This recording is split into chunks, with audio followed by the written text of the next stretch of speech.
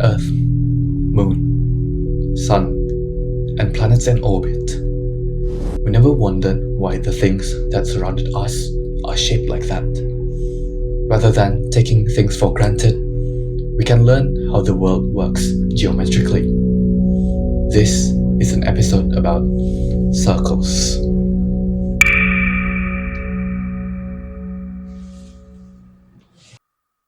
To get a circle, we need a tool called a compass.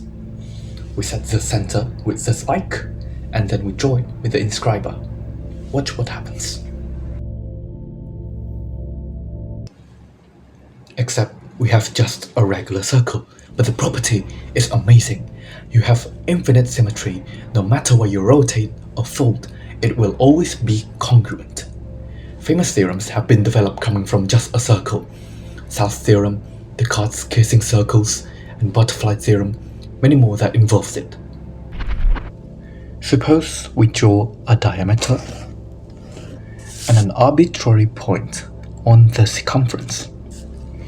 Two vertices from the diameter connect to the said point. Angle from the point is always 90 degrees, no matter what. This is what is known as Thales theorem, derived from the inscribed angle theorem. Another theorem which states that given any chord and 3 points coming from two vertices of the chord and one arbitrary point will make up an angle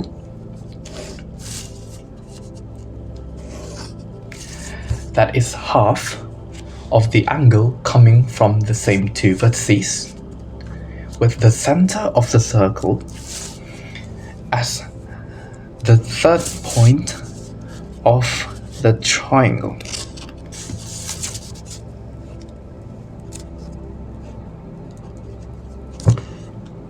Triangles. How did it get to circles? Nothing can make up this relationship to work. The lines are different. The sum of degrees is different. What can we do with these two shapes? Now imagine a line connecting the center of the circle and a point at 3 o'clock. The whole circle will move forward to the right on a certain time linearly.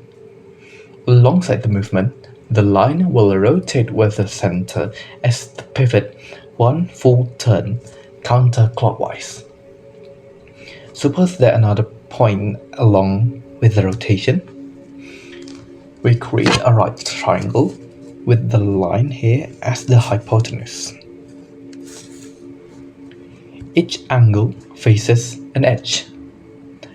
The right angle is facing the hypotenuse. The center angle faces the opposite edge.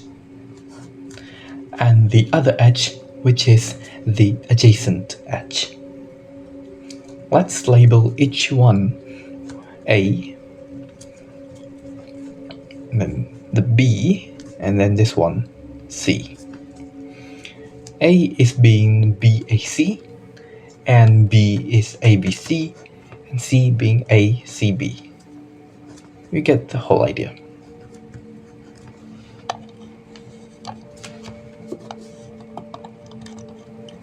Now, if we track the opposite edge with the movement of the circle, it creates a special curve.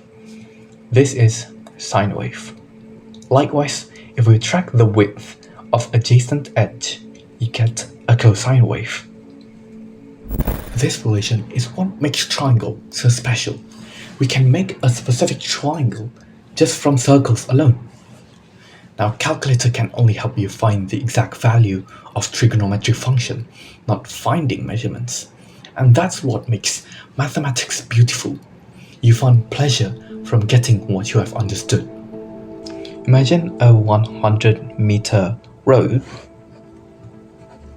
with an incline of 20%. Do you know how tall the elevation is from the bottom to the top? We can use inverse tangent to find the degree of elevation. This is 20%, which is the inverse tangent of 20% is approximately 11.31 degrees. Now, we can use the sine rule, which states the state relation for edges and the angles facing them. This is the right triangle. So what we're trying to find is x. So x being the sine of 11.31. This is the 100 sine of 90 degrees. Now sine of 90 degrees is 1, and then the remaining calculation is 100 times sine of 11.31 degrees, which is approximately 19.61 meters. Just by using trigonometry alone, we can figure out that we have rose 19.61 meters off the previous level. Then what connection does this example have to do with the circle? We can take each variable of the triangle and apply it to the previous visualization. Change the line into 100 meters long and rotate it 11.31 degrees from the center. And we can find the height by drawing a straight line from the point on the circumference down to x-axis. Light, sound, signals, and gravity. These involve the curve we have just made. Sights of your mind come from rays of light scattered into selection of wavelength your eyes receive. Visible light ranges from 380 nanometers to 750 nanometers, from violet to red. To put the wavelength into understandable scale, grab a ruler and an A4 paper. If the red wavelength is upscaled to 10 centimeters, the width of the paper would be the height of Singapore. It is extremely short. Average male human body becomes 228 kilometers long, about 8 times the height. Now, if you take your hand and then oscillate it up 10 centimeters and then down 10 centimeters, 1,000 times per second, you will likely feel pain and then your whole arm disintegrates. But theoretically, it would make this sound. This is the base knowledge how sound can be heard from everything. The air displacement of an oscillating object determines how sound forms. The faster the vibration, the pitch changes. The further the vibration, the louder it gets. We can visualize the position of a speaker to simulate a sound. A is the amplitude of crests and troughs. F is the frequency, and T is the time we want to find the position. Phi is the phase which the vibration starts between the crests and troughs. Let's take 100 Hz with 4.71 second phase. Assuming volume is at maximum, then the amplitude is 100%. We change the equation like this. The frequency is 100 Hz, and let's say we want to find the position of the speaker on 1.5 second time frame. Therefore, sine of 300 pi plus 4.71 second phase is roughly -1, which is the trough of the wave.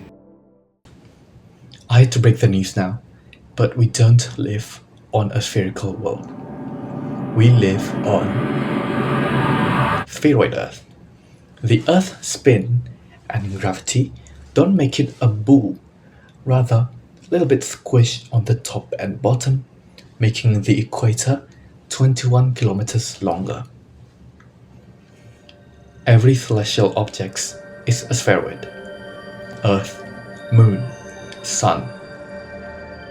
The universe, it's all made by 3 sides. Trigonometry.